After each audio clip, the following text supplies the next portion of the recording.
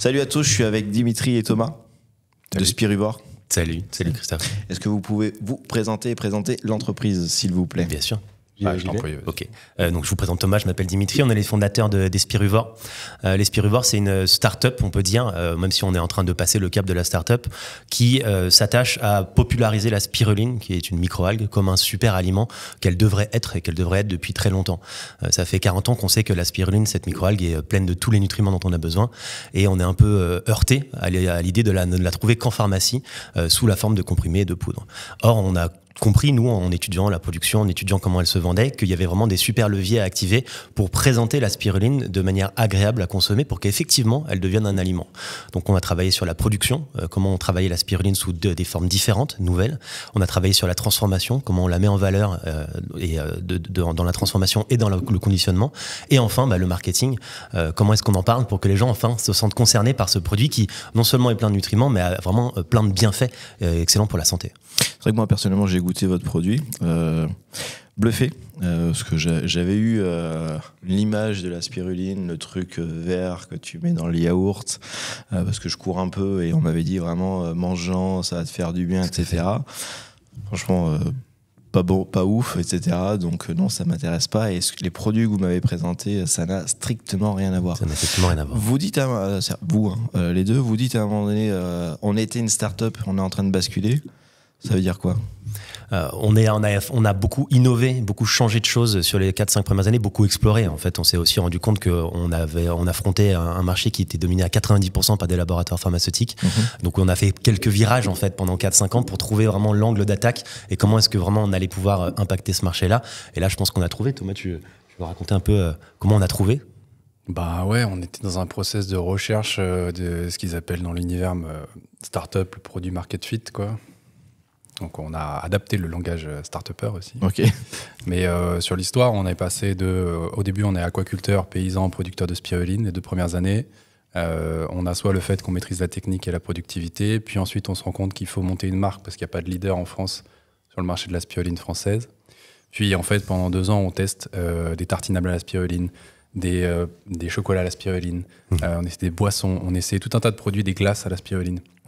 Et on se rend compte qu'il y a un marché pour ça, mais qu'en réalité, ce que demande le consommateur, c'est surtout un produit qualitatif, français et efficace. Et il n'est pas encore tout de suite prêt à avoir le produit gourmand.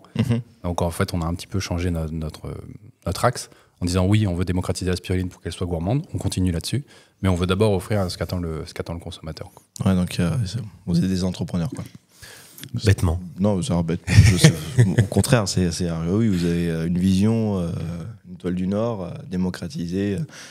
Par contre, régulièrement, via la découverte des retours de vos utilisateurs, consommateurs, vous vous adaptez et vous progressez. C'est ça. Mais aujourd'hui, on a le virage qu'on a pris, il est aussi dans cette expertise de cette filière et de ce marché.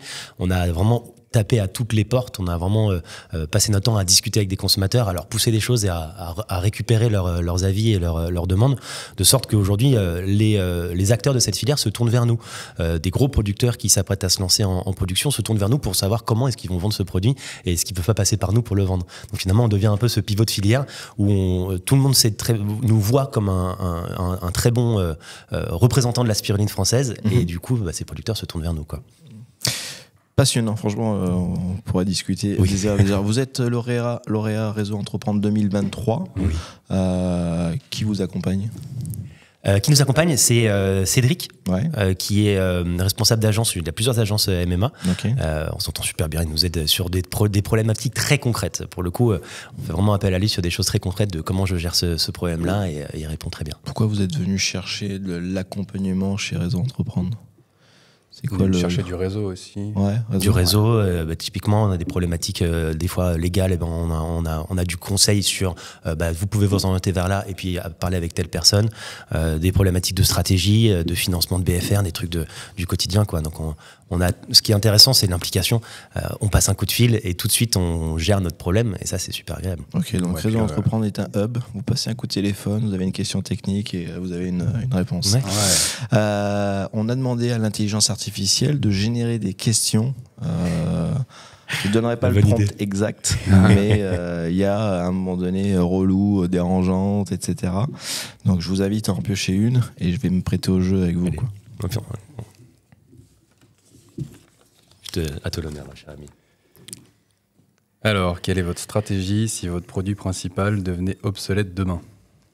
Bon, je veux dire avec synchronicité, quoi. Je veux dire, tu nous as dit que régulièrement tu faisais évoluer ton produit. C'est un peu. Nous, la force qu'on a, c'est qu'on a testé quand même une quinzaine de produits différents. On a testé tous les marchés possibles, donc B2B, B2C, B2B, B2C.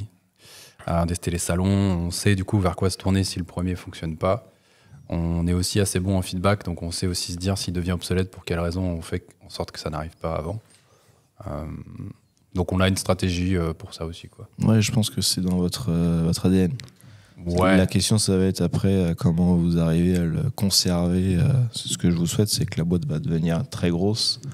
Et il va falloir réussir à conserver cette flamme. Moi, c'est ce qui m'arrive. Ça demande de se remettre en question tout le temps, en fait, pour éviter d'être obsolète. On a quand même de la chance que sur la spiruline, quelque part, l'avenir est vraiment devant.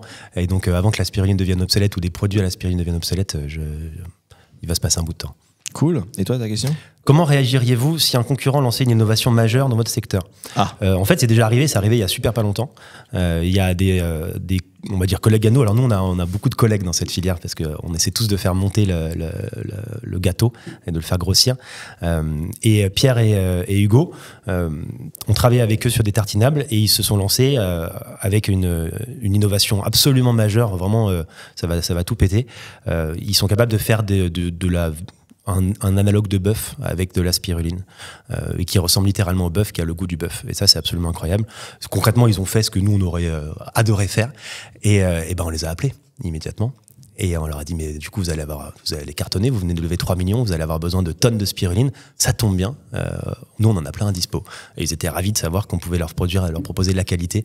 Donc, on est toujours à l'écoute justement des innovations majeures et on voit comment est-ce qu'on peut se placer par rapport à ce truc-là. Okay. On voit pas vraiment ça comme des menaces, mais plutôt comme des opportunités. Le marché est tellement particulier dans les microalgues que, pareil, il y a Algosource qui est dans le secteur, qui a fait une levée de 14 ou 15 millions, qui va apporter des évolutions, c'est sûr, dans les prochaines années, qui va sortir des produits, c'est évident, qui va être un concurrent direct, qui l'est déjà, mais en fait qui fait grossir le marché, qui popularise le produit. Eux, ils font de la phycocyanine, donc c'est un extrait de la spiruline, mais ça ne fait que renforcer la bonne image de la spiruline, quoi. J'ai l'impression qu'il y a un lien entre les deux. C'est-à-dire que oui, c'est une bonne nouvelle, il ne faut pas le prendre comme une mauvaise nouvelle parce que ça veut dire qu'il y a de l'appétence au niveau du secteur, on va éduquer le marché, etc. Mais par contre, vu qu'on est en permanence focus sur nos clients et notre adaptabilité au niveau produit, cool, on va pouvoir l'un de l'autre, on s'en réagir, sort, etc. C'est pas fait exprès, hein. On n'a pas fait exprès de sortir les deux questions. Merci infiniment. Où est-ce qu'on peut vous trouver ? On peut nous trouver sur le web en particulier. On a un beau site web qui est bien foutu pour proposer tous les produits. On nous trouve chez Biocop, on nous trouve chez Sobio, on nous trouve chez Picard avec la spiruline fraîche qui est notre innovation première et qu'on a réussi à placer dans tous les magasins Picard depuis septembre l'année dernière. Le site, c'est spiruvor.com. Spiruvor.com, merci beaucoup. On vous met bien sûr le lien en description. Un spécialiste du web parmi nous. Fallait pas oublier, quoi. Je veux dire. Merci infiniment. Merci à toi. Et à très très vite. C'est cool. Merci, au revoir. Au revoir. Merci. Top.